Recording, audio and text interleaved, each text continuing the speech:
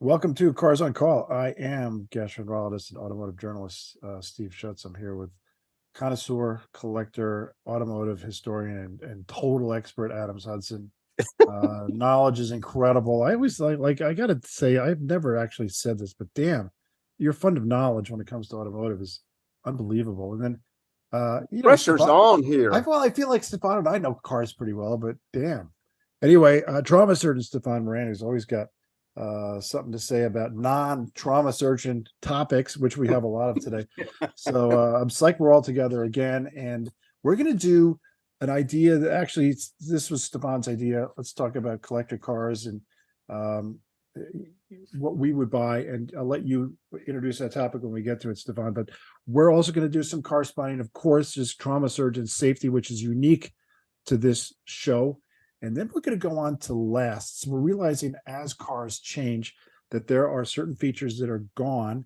A good example is the button on the left, the button you push with your foot. It's next to the clutch pedal, and that puts the brights on in old cars. If you get into a 1968 car, that's how you turn the brights on. That's gone. There's a lot of other things that are going away. We'll talk about that. So, Man, you just mentioned two things that your left foot used to do that it doesn't do anymore. Yeah, two. Regrettably, the clutch. So let's start with this. Stephan, introduce this topic because this is really not only is it fun and interesting, but there's a lot of people, including us, who are constantly thinking about building a collection, adding a car, making something, getting a collector car. And talk about the last one we did, and then introduce the new price number. Yeah, so first time we did it, you're married, you got two kids, you got a 2-car garage, you live in either suburbia or the new downtown area, and you had a good bonus. You had $35,000 to buy your first car.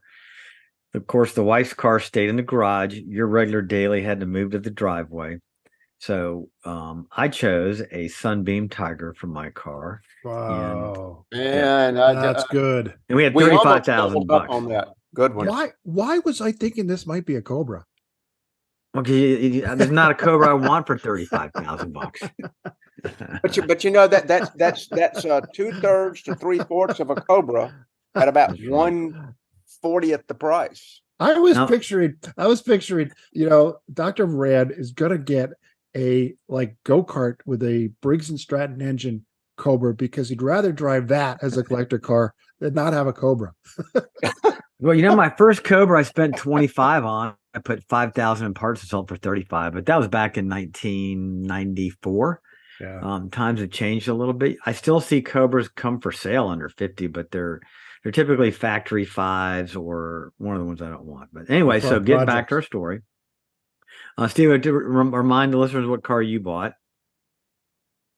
I don't remember. It was obviously made a great I think it was a 240Z. What memory? You can get a 240Z, and mine was a 240Z. All right, Adam's yours. You're gonna have to look that one up in the archive. Oh man, you guys. All right, so you've had the car for a while. You know what that means? None of us wanted $35,000 collector car. Well, hey, you got to start somewhere, okay? My first collector car is a $10,000 Austin Healey bug-eyed Sprite, okay? Yeah, but we're older now. So I had the 2-seater Sunbeam, and the kids complained that they both couldn't go in the car at the same time. Wife couldn't go. She's like, you need to get a car that the whole family can go in. So, because the kids complained, the cover, they burnt their legs. So now you've got 50 grand. So I sold the Tiger, made a little bit of money. So now we can go up to 50 grand. So, let me pull up my picture here. Man. So here it is. Here is my 67 Mustang Convertible. And this one's got a few add-ons. It's got some Shelby wheels. It's got the stripe. So this isn't a car that has not been terribly molested, but it's had a few nice little upgrades. Now it's got a 302, but what do you see in the picture here, Adams? An automatic. Yes, but I only spent 40 grand on this car. So with the extra 10 grand, I'm going to convert it to a 4-speed top loader, and I'm going to call our good buddy Bobby Crumpley, Ford enthusiast, restorer extraordinaire, detailer, and say, Bobby, I'm coming down there where you live. I'm bringing my Mustang. I'm going to cruise down there. I'm going to park it there, and we're going to swap out this car and put a manual transmission in it. I should be all in. A few other little tweaks there. I'll be all in right at 50 grand on target. And by the way, if Bobby does it, it's gonna be perfect. It'll be absolutely perfect. It'll be Yeah. perfect. Yep. It would be perfect because he'll know exactly how to do it. And this one's got the nice Nardi steering wheel in it, and just a great car. And I can throw the 2 kids in the back, the wife up front, and we can cruise and just have a great time. And of course, my very first car memory was of my mother's Mustang. It was a fastback with 3-speed, so great car. And that's my pick. And that's a great pick, and I love that first picture with the driving lamps. Is that a true A code car, or I mean, I don't know if it's a specific car, or you're just saying that year and that generation? It's a 67, and it has a new motor in it. It's got the tire. So it's a car. It was not a fancy Mustang that over the years somebody has done some nice upgrades to. So They truly have the driving lamps and the Halibran wheels just look fabulous. Yeah, absolutely. This is exactly, if I could have a 67 Mustang convertible, this is what I'd want the look. It's got a little bit of the Shelby look to it, a little bit of the GT look, and it's a perfect car. And it's a great entry point, a car that you're not going to be afraid to drive, put miles on, because it's not a concourse car. It's not a perfect car, but it is a fabulous driver and something to have a lot of fun with. Cool. That's Thumbs my up pick. on that one.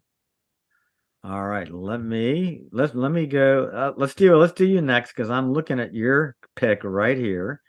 All right, here we go, Steve. Here's your pick. You always think back and you want to relive a certain time or a certain experience. And it's funny, Stephan, you just mentioned your taproot moment, which was your mom driving the V8 Mustang with you kids in the back, and how much fun it was. Obviously, that's an indelible moment. My taproot moment that I talked about on episode number 1. By the way, this is episode 89, guys, so we're doing pretty well. But episode 1 was I got picked up by a gentleman in a BMW who offered me a ride back to my house. And some candy, little boy. I think and thus the course was set. I think you said the same thing when episode 1. I did. I mean, how could I not say that? Maybe that was Steph's taproot moment. A whole new definition of taproot. Oh my God. Anyway, I think we can all relate to this. And although maybe not. And the candy, no, I cannot relate. I'm swimming away from that cesspool as fast as I can. But no, I think, I'll say for myself, and I think this is true for a lot of boys growing up in that era. You were exposed to I can't believe I'm talking about exposure. I know. And little boys. And then, okay, move on quickly. Just get on with it. That's right. Choir practice out early, was it? You experience big floaty cars. And that's all I knew was big floaty cars. I didn't know any better. And this very well-mannered, completely appropriate man in this 530i with a manual. All of a sudden I realized, wait a minute, you can have actually a nice luxury car that is a driver's car and handles, and it's not a big floaty thing. And I just was like, I had no idea. I knew you can get a sports car, but I didn't know you can get a sedan. So I'm like, oh my gosh. And it kind of turned on the light, not just for sports sedans and sports family vehicles, but it also turned the light on for me for BMW. So the 1988 BMW M5, the E28 generation, this car was offered for, I think, 3 years. It's funny that we have the picture of the interior. All North American cars for this model were black with a tan interior. I thought that was beautiful. That's what I would get. I'd be happy to get that black with a tan interior.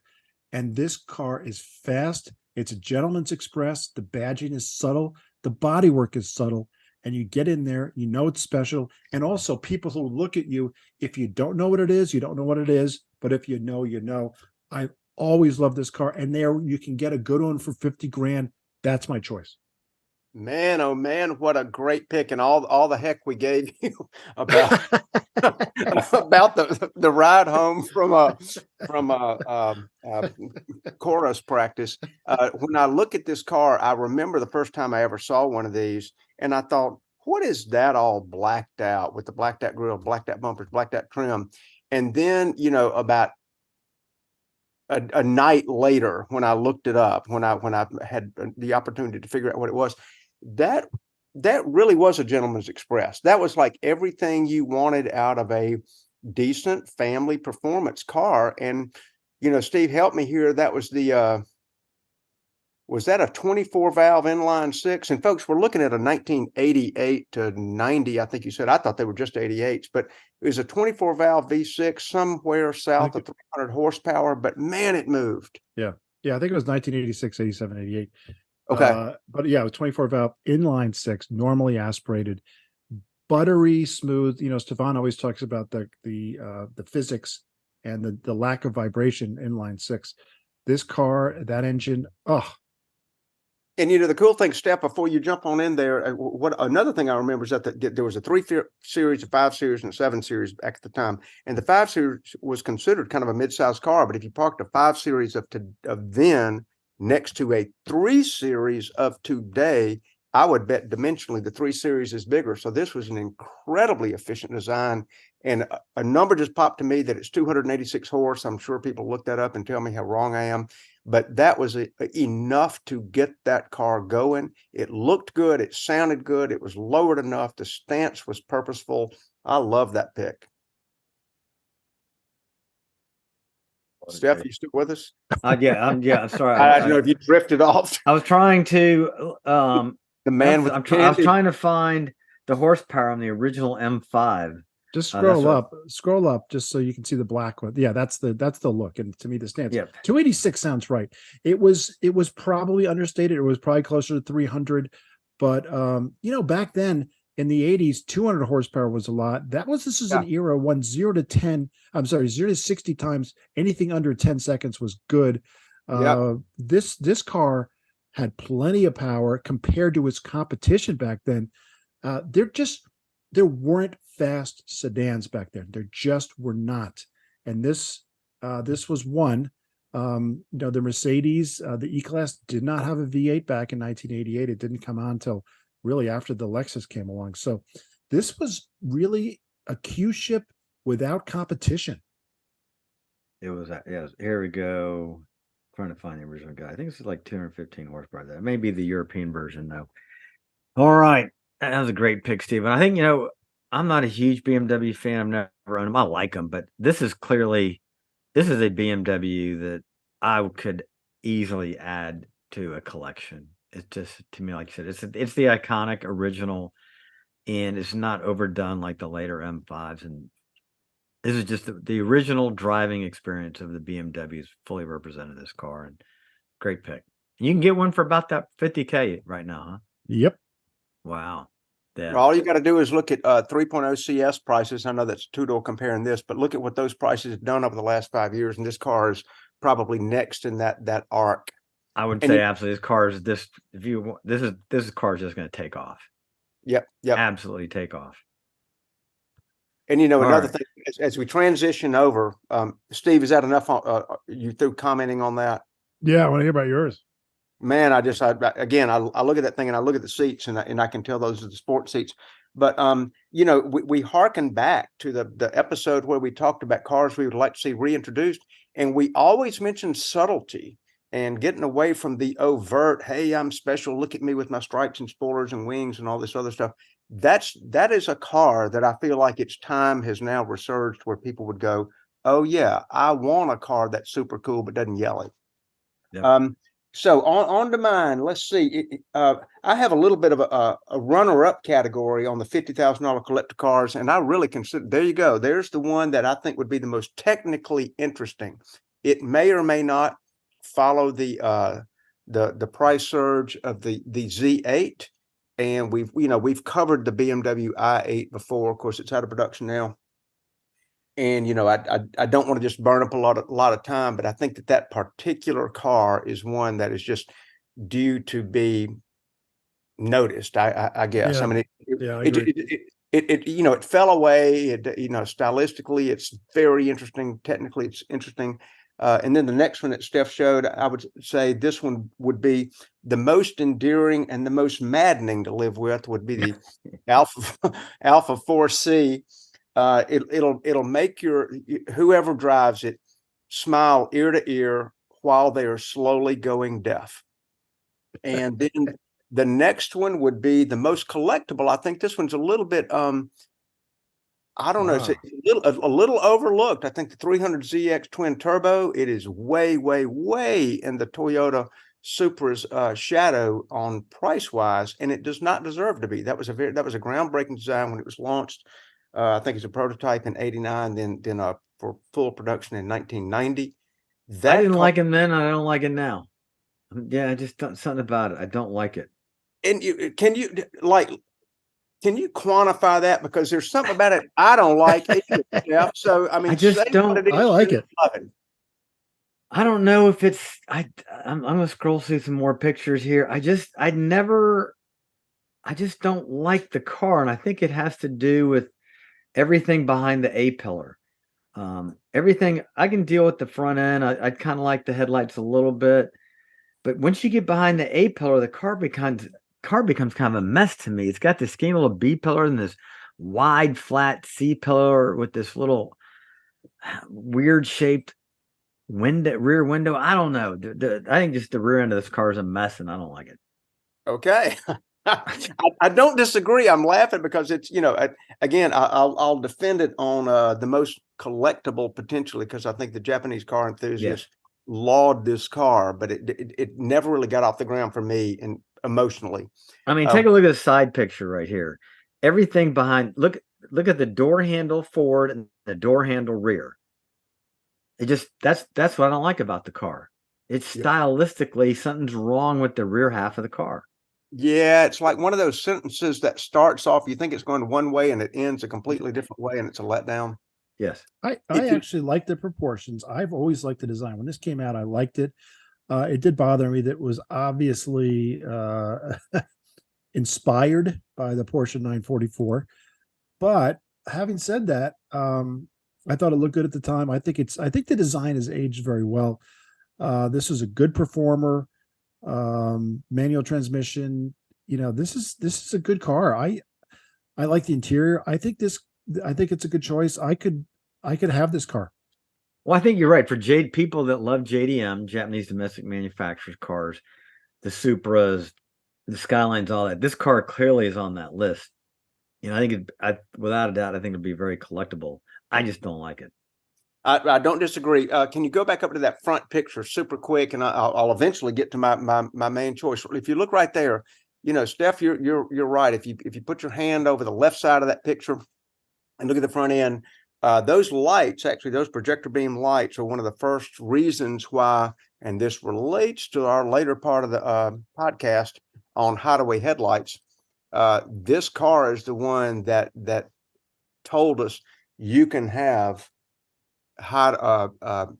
stylistically wonderful projector beam lights without having hideaways. In fact, those headlights, not ones that look like them, but those headlights are in the Ferrari 512M, of which there were a whole 75 made. That headlight made it to the 512M when they went from pop-ups to built-in, away from the pop-ups. And I also think that car looks a lot like, unless I'm sort of tilting my head, I think it looks like a lot like a BMW Z4. Z4, yeah. Okay, and moving on. Any other comments? I didn't mean to interrupt. Z1, I think, but Z1. Whatever had the sliding doors. What was it? The Z1, yeah. Z1. Yeah. So that's all we have. So let's move on to. He didn't get this final pick. We're not even to my pick yet. Adams couldn't even give it the best answer. He's going running down here. Go ahead. So I thought I had 20 more minutes. This is the what's your answer? The sexiest design and most likely to need an engine rebuild is this one. But then my overall, I love this car. I do too. I think it's a fabulous. So say what it is I guess for the listeners. Tell them what it is, Adams. It is the Mazda RX7, the last gen RX7. Before they made that quirky, weird opening door RX-8. And this is, I believe it's an FD. What is it? FD. What is the chassis number? No It's idea. an FD. Regardless, it is the 255 horsepower twin turbo rotary of 92-ish to 94-ish. And my gosh, it looks like it was carved out of a bar of soap. What a lovely style. The one thing interesting about the Wankel motor that makes these cars such a blast to drive is it's a very compact engine. So this car has a very low center of mass and center of gravity, because you don't have a giant tall engine. You have this very short squatty engine down low. So that's why these cars handle fantastically, because of the low center mass of the engine, which lowers the center of gravity of the vehicle as well. And they produced a heck of a lot of heat under hood, which is why they cook all their electronics, which is why there are various reliability issues. Very collectible car. Now, finally, Here we go. Oh There my you go. gosh.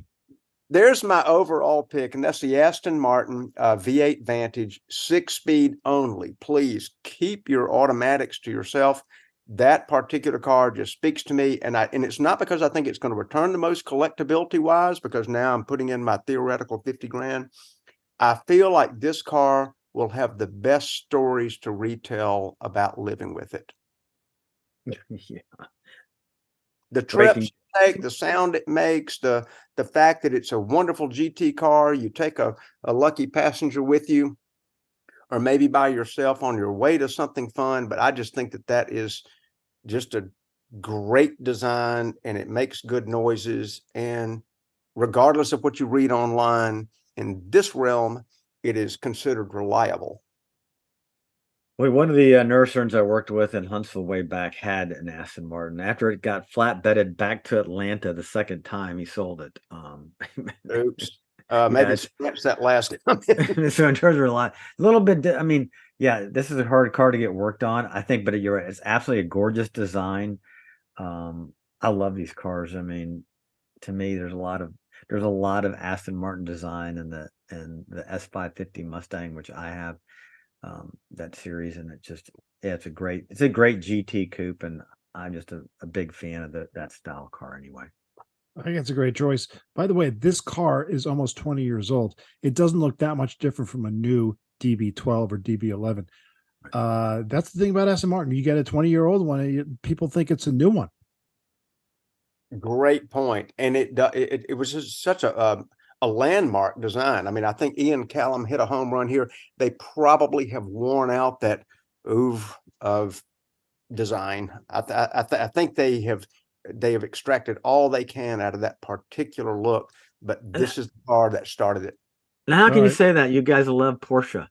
I mean, come on. It's that same shape and design it's been since day one. So if they're doing it with Aston Martin, come on, guys. You can't say that. I mean, it's the same thing as Porsche. Steph, we were getting sentimental here, and you interrupted with this comment. All right. Well, a good segue to car spotting is iconic design. So let's talk about the iconic design of the car you spotted, Adams. All right. Oh my God, this is one that makes my heart go pitter patter. Yeah, sure. As it does for all of us. I think it's no secret that all of us on Cars on Call love us some Plymouth Prowler. Yeah. I saw this in traffic the other day. This is literally out. I had my wife take a photo out the window, and it appears that he is purposely about to run into a plumbing truck, which I think any of us would do if we owned a Prowler. Yeah. This was, this is a car that, I'm going to give them, we give them a hard time, but I'm going to give them a little bit of kudos. It was a daring design. It was bold conceptually. It was designed by Tom Gale, who's no lightweight in the design world.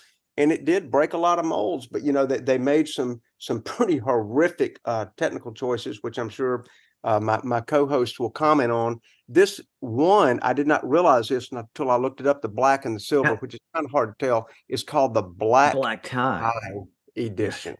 Yeah.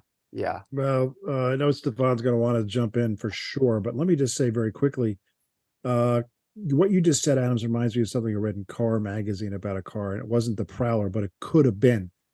And they said about a car, Pro, it had a brand new different design that broke the mold in styling.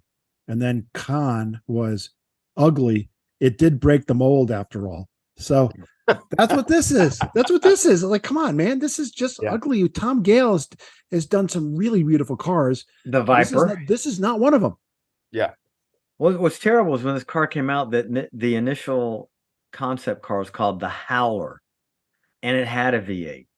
And then when this came to market, it had the V6, and everybody Right. was like, you got to be kidding me that you're going to build a car that's going to be reminiscent of, Ford hot rods, 32 deuce coupes running flathead V8s, and you put the 6-cylinder, but yeah, it didn't. It was just they tried everything that they could. It was just a terrible design. I'm sorry. It tried to look cool, but with the V6, for anybody that had any gumption or liked cars, they couldn't be in it. So it gets awarded once again the Nutsack Award. Oh, the nutsack. The Nutsack. So The Green Gonads Award. yes. Oh, So Lord. listeners, I just put up a picture of a Prowler with a nutsack on the back. A truck nutsack. One of my to the car Hall of Shame. It goes.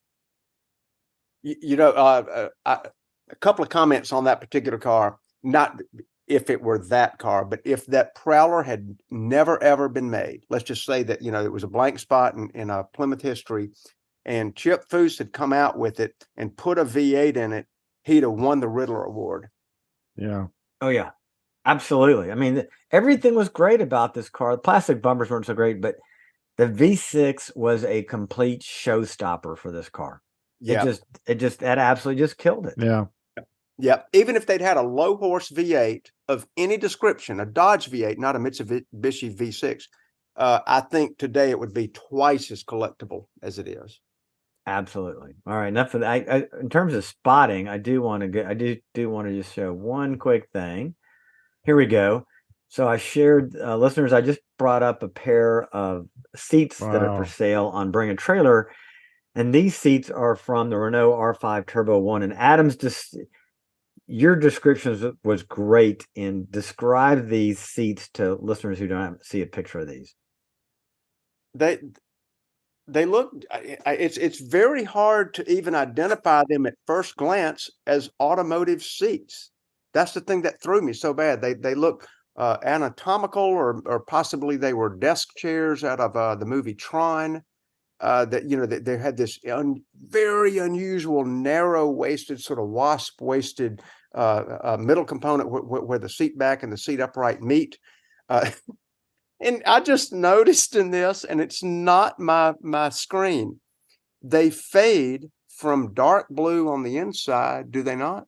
Yes. To a lighter color on the outside. And they're the most unusual looking seats. And I'm going to quote whoever said this previously, that being very, very French in design, that the French copy no one and no one copies the French. Yeah, that's why I wanted to bring this picture up, because I looked for that quote, and apparently they said it's an old engineering quote, but Click and Clack quoted that on Car Talk one time. Wow, they came out with that? No, they quoted it. They said okay. it, but I tried to find where does that quote originally come from, and they say it's an old engineering in the engineering world of automobiles that's gone around in various phrases and versions talking about the French. The French copy nobody copies the French, and I mean, clearly the French design has always been that way with the Citroens and the Renaults, and those came out of the Turbo 2, the little R5 Turbo 2, which is just a fabulous car. So, all right. I think they look like they're from the Starship Enterprise. It's like very 1968 sci-fi. They're so cool. Very much. All right, safety. All right, safety. So we're going to follow up on some autonomous driving news. I talked about the Tesla lawsuit, I think about 2 episodes ago, where this is the first time they had been taken to court in California. Mm-hmm. This was a crash that a Tesla owner was driving. He had 2 seriously injured passengers. He died. The passengers lived.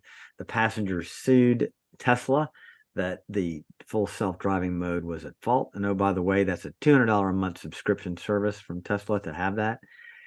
And it kind of gives us an indication Tesla won. which I was kind of surprised. But I think it gives us an indication of how jurors and judges are going to rule on these cases down the line. I mean, and I think, they're establishing precedents here.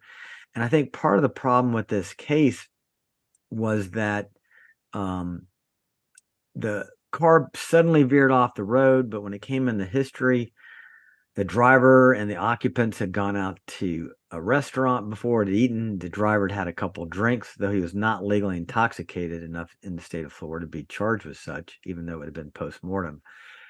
And Tesla argued that it was human error to blame, even though there were some internal documents that said, yes, the car did have a defect in the software that could cause it to veer suddenly, but not to the amount that it veered in this case, in this accident.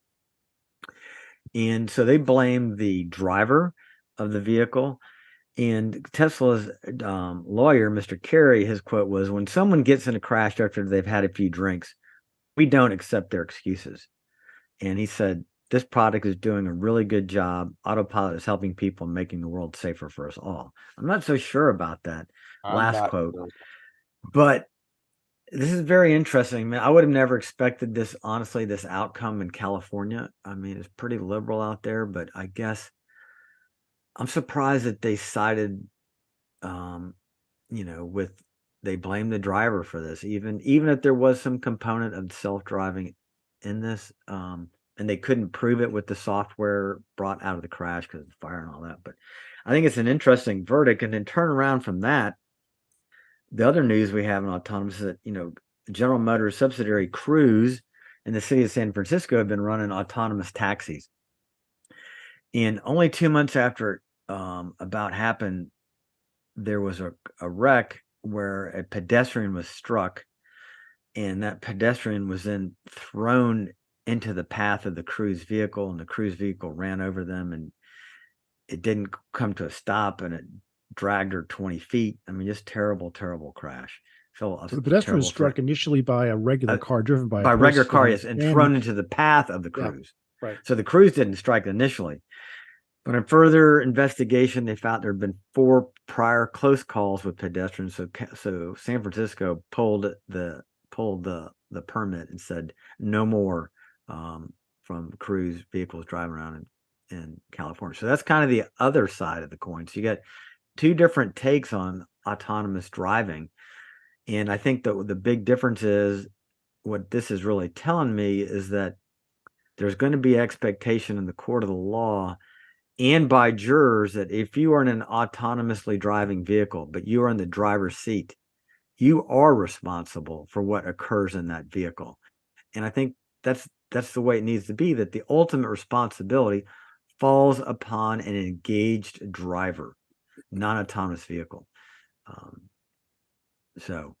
But Well, interestingly, Steph, yeah. If you're holding on to a summary point, I'm sorry to interrupt, but I do want you to make that later. I mean, I just cannot help but restate the disillusionment of the word autonomous. It just strikes me as, okay, well, it's autonomous, so the guy goes out to dinner with his family. Hey, we have an autonomous vehicle. He has a couple glasses of wine. We're in an autonomous vehicle. I mean, what other level? And he's not even legally drunk by that standard. In addition, what you said is that the software revealed that there was a veering capability, but not to the degree. Like, what are we talking about here?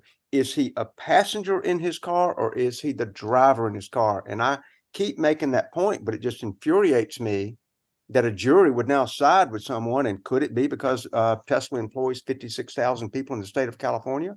Could that be part of the reason? I don't know. I hate to think that they're chasing the money, but it's infuriating case for me, and I cannot imagine what the family feels. I feel like, the answer to the question is both. You're supposed to be both a passenger and a driver, and you can't be both. Really, you can't be fully both.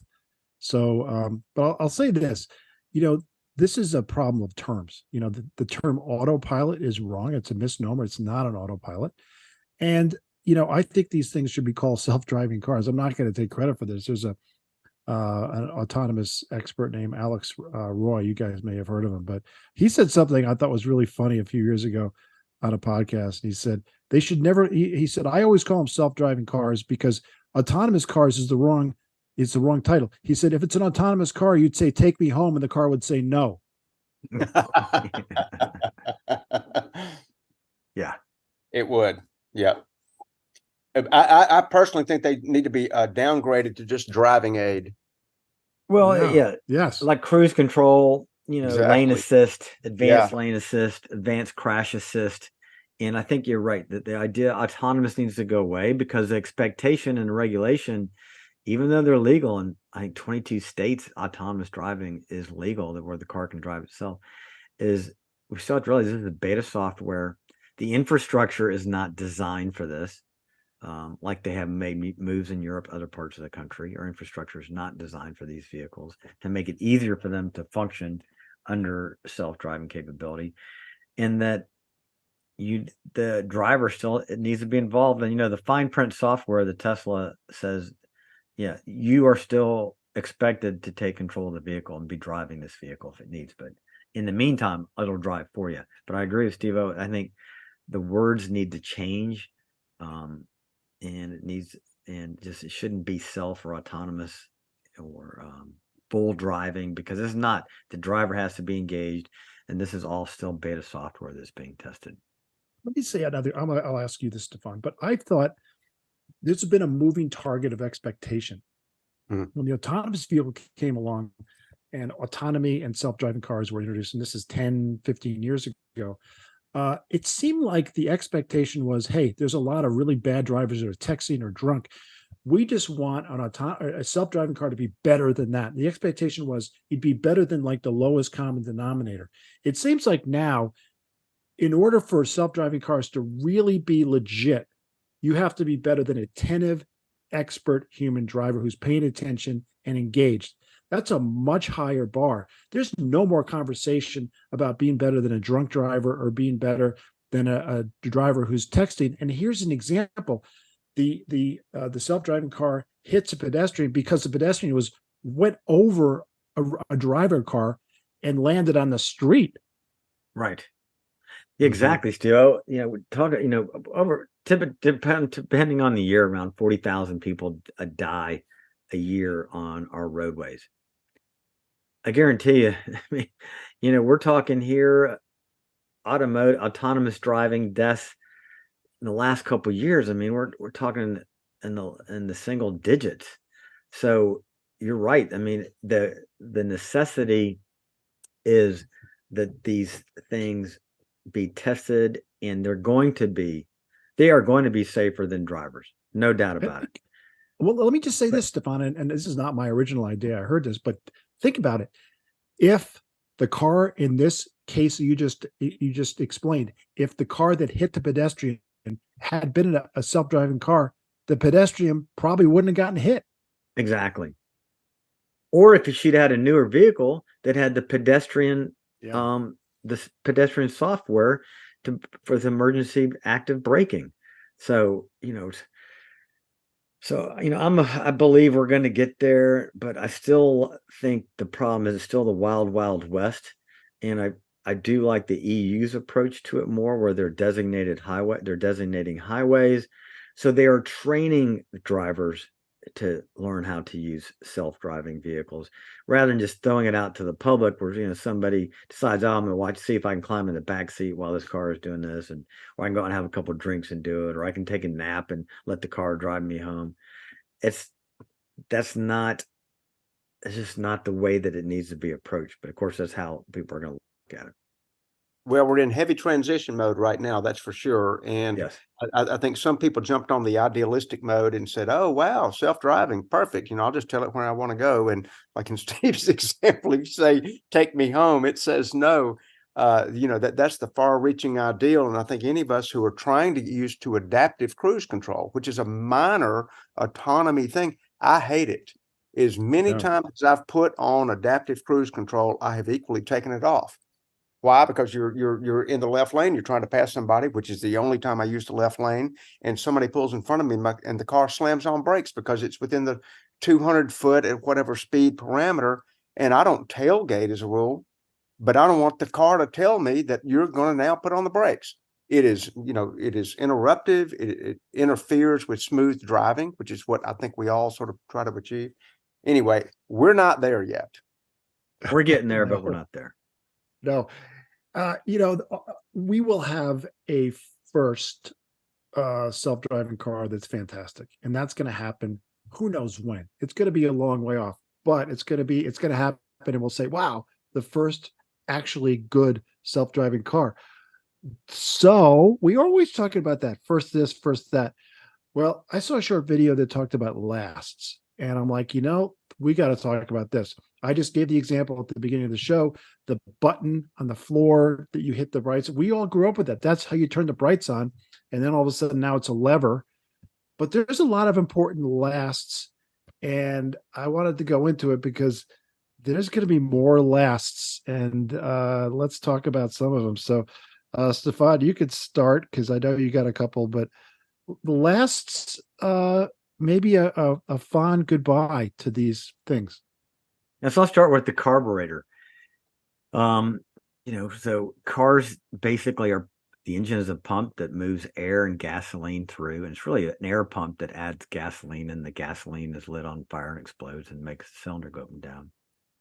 And we growing up as kids, start a car in the old days, you pumped the gas pedal twice before you turned the crank because you had to get the carburetor squirt some fuel into the engine. Yes. And then the other thing we got to do as kids was you take mom and dad's car out and you'd open up the hood and you take the air cleaner cover off and you'd flip it upside down so you could hear the induction noise. And you could hear it. And we also do a thing called an Italian tune-up.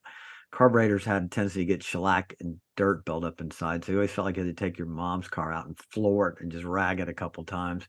We never did with that. fuel injection, you don't need to do these things anymore. Yeah. But the last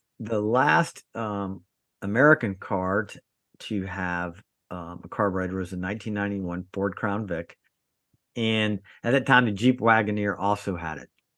And then the last vehicle in America you purchased with a carburetor was 1994, the Isuzu pickup in the very base level 2-wheel drive model, and that was 96 horsepower out of a 2.3 liter engine. And think about that. So in America, the last carburetor car was 1991. And not until 2012 did NASCAR make the switch to fuel injection. 2012? 2012. Wow. But I remember going to the races with Jack Roush and before 2012. And he always, after all the warm-up practice sessions, they'd pull all the spark plugs out to Jack. And he'd come look at them and to see, what kind of carbonization was going on there and everything. And I remember we were at Talladega. I don't remember who was with me, but Matt Kenseth was just not doing well coming out of the corners. The car was stalling all the time. And they had put the wrong floats in the carburetor. So the carburetor is basically a little tank that's got a float inside. And when the float goes up and down to keep the fuel level, but going around the corners, the fuel would all slosh up to one side. So the float would drop and it would starve the engine. But old carburetor days. Yep. And let's remember that in NASCAR, the float was always going to the same side of the engine. Yes. A whole lot of the same turns. That's interesting. So when was the Isuzu? What year was the Isuzu with the last carburetor? 1994. Isn't that unbelievable that was, goodness gracious, Add that little NASCAR. penguin to your brain there, Adams. I will. Consider it inserted. Yeah, useless information 101. Yeah. My memory of carbureted cars was that it was easy to get a car quote unquote flooded. So it wouldn't start. You turn it over, and you're like, oh, maybe it's flooded. So you had to push the accelerator all the way down to the floor, and that would somehow empty gasoline out, and then you could start the engine. Yeah, they'd backfire, and it smelled awful when they started up. And yes, the old carburetor cars. But a well-tuned carburetor is great. But on my Cobra, I'm doing fuel injection 8-stack carburetors on mine. So they look like carburetors, but they're not. It's fuel injection because it's so much less hassle with fuel injection and emissions, fuel mileage, all that. That's why it went away. It was a mechanical thing of beauty in its day. Yes. All right. You want me to go ahead with the next one, or what's Indeed. next? Yeah, Stephen? go with the next one. This is All right, so this is another thing I feel sorry for all the takes us back to our teenagers. dating days. Yes, exactly. For all the teenagers that aren't going to get the experience of the front bench seat, man. Those were just great. You take your date out, and there'd be a big front bench seat across because we didn't drive European cars. And you go to the drive-in theater, you know, you can do a little necking in the front seat on the bench seat. It was just great. So the last bench seat was the fleet only Chevy Impala limited sedan in 2016. No, Yes, 2016. for Man, a car. that's Yes. late. Wow. And then, but in a I truck, never would have. I would have thought like I don't know, 80s, 90s. no, Yeah, but 2016. Steve, I'm with you. I would have thought way more vintage than that, but But you can still get it. You can still get a bench seat in the Suburbans, Tahoes, and most every pickup truck you can get in the. It's always the low trim models. Like my truck's an XL. I've got a '99 XLT Ford, and it's got a bench seat in the front. Now, what it is really you fold the center console up. It's got a little fold down flip console, so it's not a bench seat like the old cars were that were truly a 60-40 seat. This is more like a 40-20-40 where the little centerpiece folds down. And the worst thing is most of these center bench seats, even in my truck, is just a lap belt. And you really do not want to put anybody in a lap belt in that center front seat. But on a rare occasion, we've had to use it, piling a bunch of people in there. But yeah, I think you'd probably honestly be safer just sitting in the back of the truck on the floor than sitting in that front center seat with a lap belt. you'd be safer staying at home. yeah, exactly. My father always had a bench seat, and my little sister, who was 3 years younger than me and always the smallest, she'd always sit in the front bench seat. She was in that center seat always. That was like her seat. That's what I remember. Yep. Well, that's when we were all about seating capacity. Your parents were going to get something to go, wait, I'm going to get bucket seats up front, even though it looked cooler. I'm cutting out one person extra who could ride with us. Yeah, there were no, I mean, some people had a van or a station wagon, but outside of that, there were no SUVs really. I mean, well, there was the Wagoneer and stuff and some of the old Suburbans, but people didn't drive. That was not the vehicle like you see in everybody's driveway today. It was passenger cars, and they were either 5-seat or with a bench seat, it was a 6-seater. Many full-size SUVs now are 2-2-2 seating, but back then it was 3-3. Yep. And that was normal. You had a family of 6. That's what you did. It was just normal. So, all right, on to audio. Adams, what's the audio thing? The cassette player, the last Yeah. cassette player. And I remember when, of course, it went from, your normal AM radio. Then it was an AM FM, which was kind of cool. Then it was an AM FM 8-track. And then, heaven help us all, the cassette was launched. And that was the best of all. The reel-to-reel came to your automobile, and cassette player. The very last one that was ever made was the 2010 Lexus SC430, which is surprising to me because that's sort of a cutting edge. The Japanese are considered sort of on the far end of maybe little technological advances, but they also invented the cassette player. So maybe they were holding on just to pay homage. It probably was a Nakamichi cassette tape deck. It was probably incredibly good. Yeah. But the last one with it, yeah. I want to say a word about 8-tracks because 8-track it's a big thing, and you can't really easily go from track to, from song to song. But what I remember about 8-track tapes is it would just keep going. So you played an album, it would play the album, and then it would start over, and it would start over. And if you didn't pull it out, it would just play it infinitely. With a cassette, it stopped at the end. You had to turn it over, and the CD stops, but the 8-track never stopped. It was a constant loop.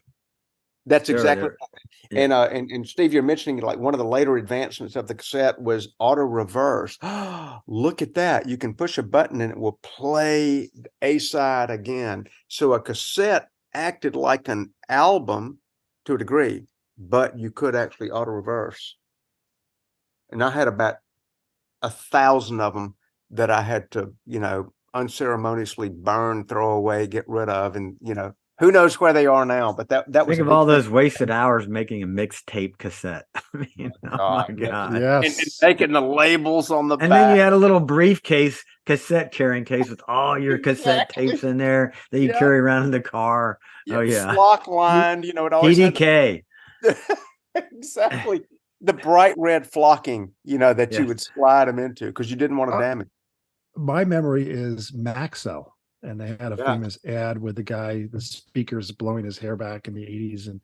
But you had to make that mixtape from a record, an album, and there was one car in the 60s that had a record player. I forget what it was, but Adams, what was the last CD player?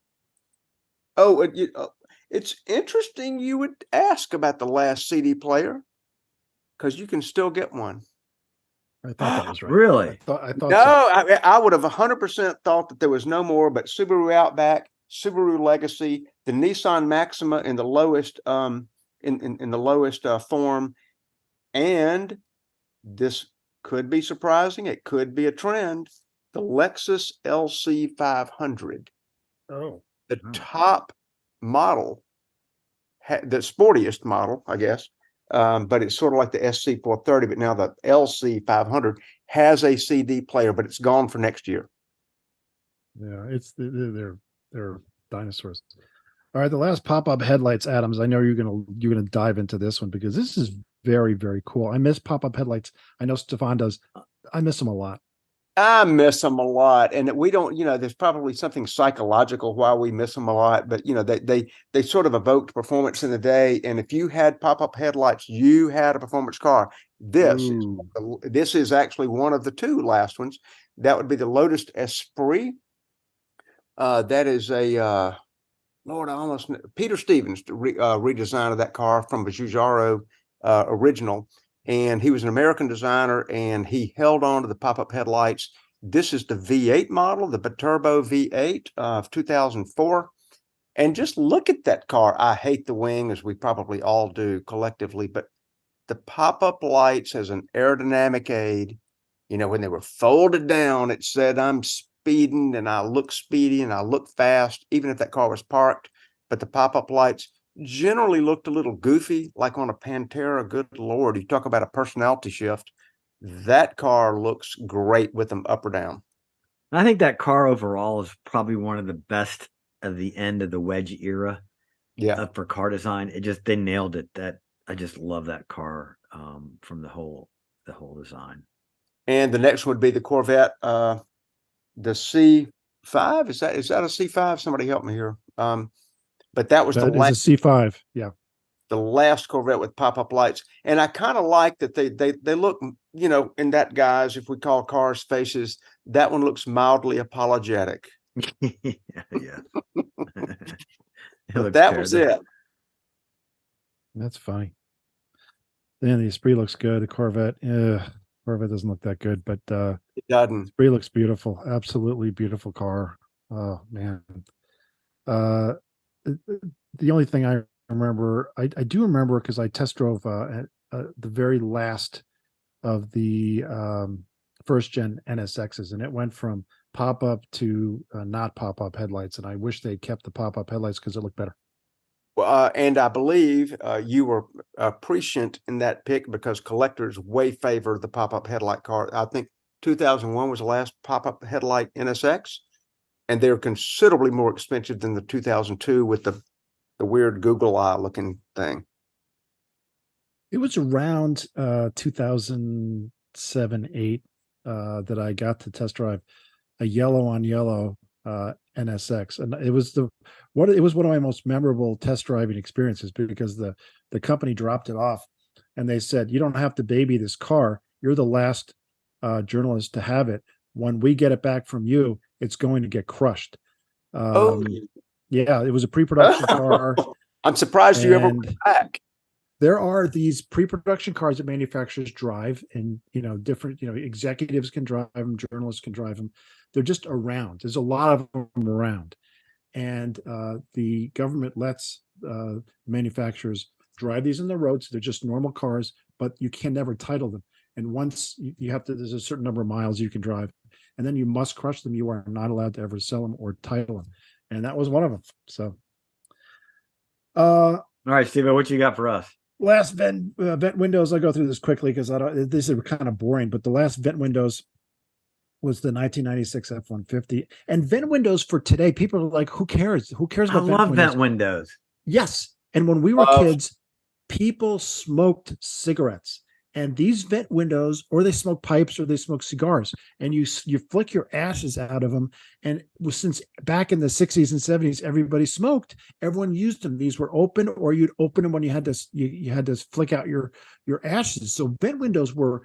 I remember them so vividly. Also, they could work as a defroster or defogger. You kind of tilt it so the air would bounce off the window and go up onto the windshield. These had a lot of uses before air conditioning and when people smoked. Now nobody smokes and everyone has air conditioning, so you don't need them. But I miss them. They had personality. I like the fresh air you could get from them too. Instead of, because you try to roll down your window now and you get that vibration, noise in the car. You got to tilt your windows up and down to get the right opening on each side of the car, so you don't get that reverberation. With the vent windows, you just crack that sucker. Yeah. Boom. I agree. I mean, I loved it. And like Steph is saying, like when you put down, if you have 4 power windows and you put down the wrong window at the wrong height, your eardrum is going to burst. Yeah. But I mean, with the vent window was like the world's first active aero. Yes. Oh, wow. That's funny. Hey, scroll down to that's a 2004 Lexus LX 470. And I'm showing this for a reason. This had rear electronic vent windows. Oh, so you see cool. see like the little circle. No, all the way back. The rearmost. Look at the little circle. That's right. That's where that thing. Getting that. No, I know. The reason I mention it was this is like such a waste. There's a button on the dash that would electronically open that. And not only does this have a good air conditioner, it has 2. There's an air conditioner in the rear. So this is air conditioned like up the wazoo. And I could never understand why they had this rear vent window. And it was a complete waste until I did a drive and my dog, who was in the back, had a serious gas problem. And all of a sudden I'm like, okay. This episode won't be embarrassing for her. Or teenage boys in the back would be great too. That way the air flows from the front to the rear of the vehicle. Right. Yes. Yeah. That's what it's for. After Taco Bell, you open the whatever windows. Year that is, I instantly want this vehicle. That is the coolest thing about what is this, like 2000 what 4 this 5? Is 04. Yeah, 04. I want that badly. Smart evacuation side window device. Right. Yeah. I also had the last chrome bumper, and the last chrome bumper was a 1991 Ford Crown Victoria. But I wanted to show this is a 52 Packard, and then if you scroll down, it's a 55 Lincoln, and then you've got a 59 Cadillac, which is the king of chrome. Yeah. Chrome, of course, spelled with a K, and like, oh my gosh, this is like it was a statement. It was jewelry on the car. And if this is jewelry on a car, this is a wrapper chain, which is what they used to have, these wrappers in their chains. That was the chrome bumper. Now they are gone. If you scroll down to the 91 Crown Victoria there, that's the last one. Now it's gone. It's boring. I miss it. I got chrome bumpers on my F-150. Okay, trucks, but yeah, trucks still have vent windows. Yeah. Man. All right. Cars are gone too. So what a great build up to that. I mean, showing the before, and I mean, when they were art forms, those bumpers alone were art. They were sculpted, and this is just I don't know. It's just a 40s, 30s, 40s, 50s, 60s, even in the 70s. You could not have a car without chrome bumpers. It didn't work. It was the 70s with the Japanese cars where it started to go away. But anyway, I miss them. So we're going to talk about 10 years from now, there's going to be stuff that's going to be gone. And let's just predict features that are going to go away. I think there's a lot of stuff that's going to go away. This does remind me of a Yogi Berra-ism, which is one of my favorites. He said, making predictions is hard, especially about the future. So, so let's make predictions about the future, guys. And Adam, let's start with you. Go through a couple. Just go through your list, and we'll see what do you think is going to go away. You know, the Yogi Berra stuff, that he was great. He would throw you the verbal curveball. I would say the stuff that's going to go away. One thing I know that I'm going to get derided by my co-hosts on going away is a performance item. Launch control, fun but stupid. Oh, hate. I hate it in the hands of the irresponsible. So I would say that launch control only on the R models, put quotes around the R, for those things that are like the race-derived vehicles, the ones that are almost exclusively for the racetrack, but you could street them. But just putting launch control in the hands of the completely unendowed, uneducated, and untrained, not a fan. I do like launch control. I have it on my Mustang Bullet. The reason I like it is it keeps me off the curb.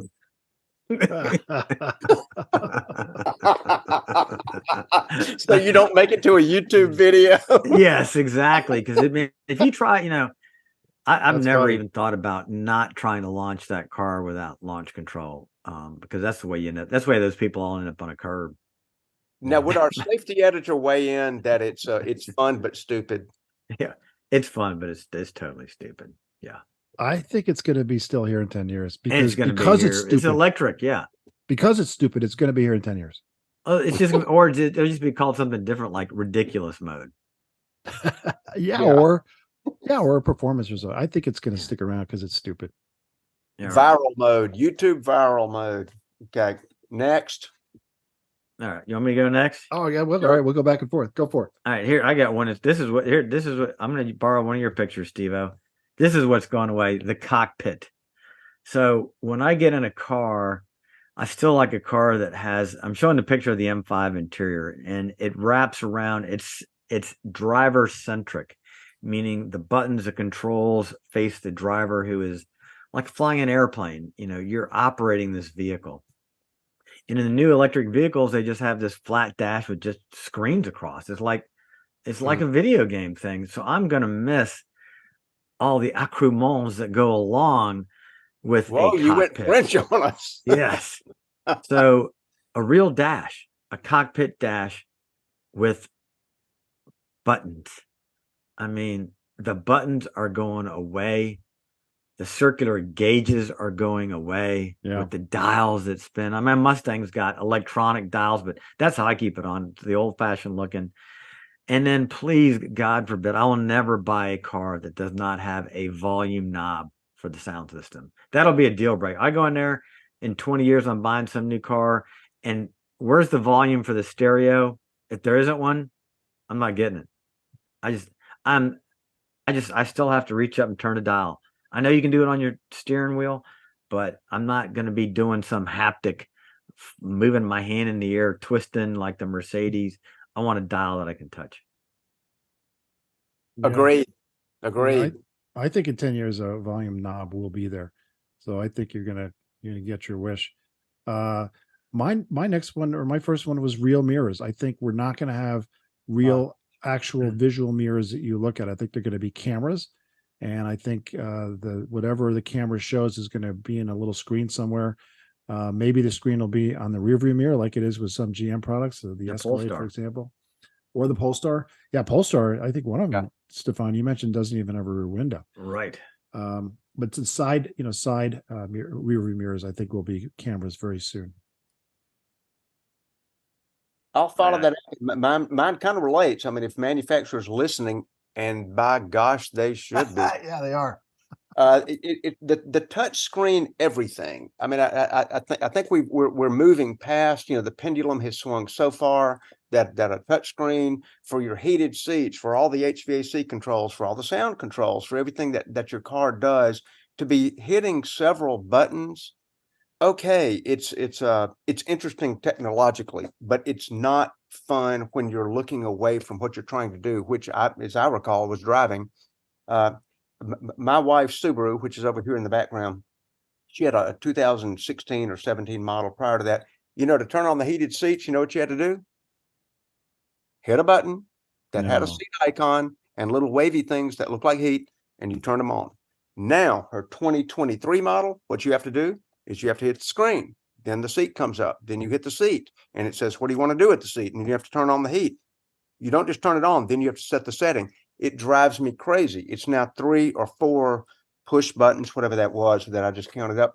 And it's distracting. It is way overdoing electronics. Yay, designers, you can do it, but we don't need that. It's not progress. It's All not right, Stephan. progress. Exactly. Stephan. The other thing that's going to go, it's already starting to go away, which just drives me insane, is the handbrake. No. Yeah. This electronic handbrake thing where you push the button and then it maybe goes P with red, but then it doesn't. And I never know if the damn thing is on or off. And I know it saves the companies a lot of money because they just put a little servo motor on the rear brake pads, electronic control instead of cables that go in. But man, I like a good old fashioned handbrake where you can feel how much tension you got on it. And if you decide you might want to go a little sideways in a corner, hoon a little bit too, you've got something to help you with that. But I think Spoken like a Mustang driver. yeah, exactly. I think they're going to go away, and I'm gonna miss that a lot. For a performance vehicle or a car. You can't do a handbrake turn without a handbrake. Exactly. And look at all of us who have not previously discussed this topic. We all nodded our heads in unison. Yeah, I loved when you felt how much tension was on it. No, I'm not trying to go back to the full mechanical era, but I have accidentally, no, I was going to say with quotes around it, but no, accidentally, I have hit the handbrake on the Porsche the Macan that they let me borrow when my car's in service. I've accidentally hit it 3 times. Wow. Had no intent to put on the handbrake. I live in Florida. We have an elevation change of about 4 feet from Miami all the way up to the North Coast. I don't need the handbrake set. Well, for me, part of the handbrake also is that tactile connection with the vehicle, like a pilot. You get in, hands on, steering, check, handbrake, click, check, clutch, neutral, start. And it's that whole where you're touching the vehicle, moving the vehicle, getting ready to drive the vehicle.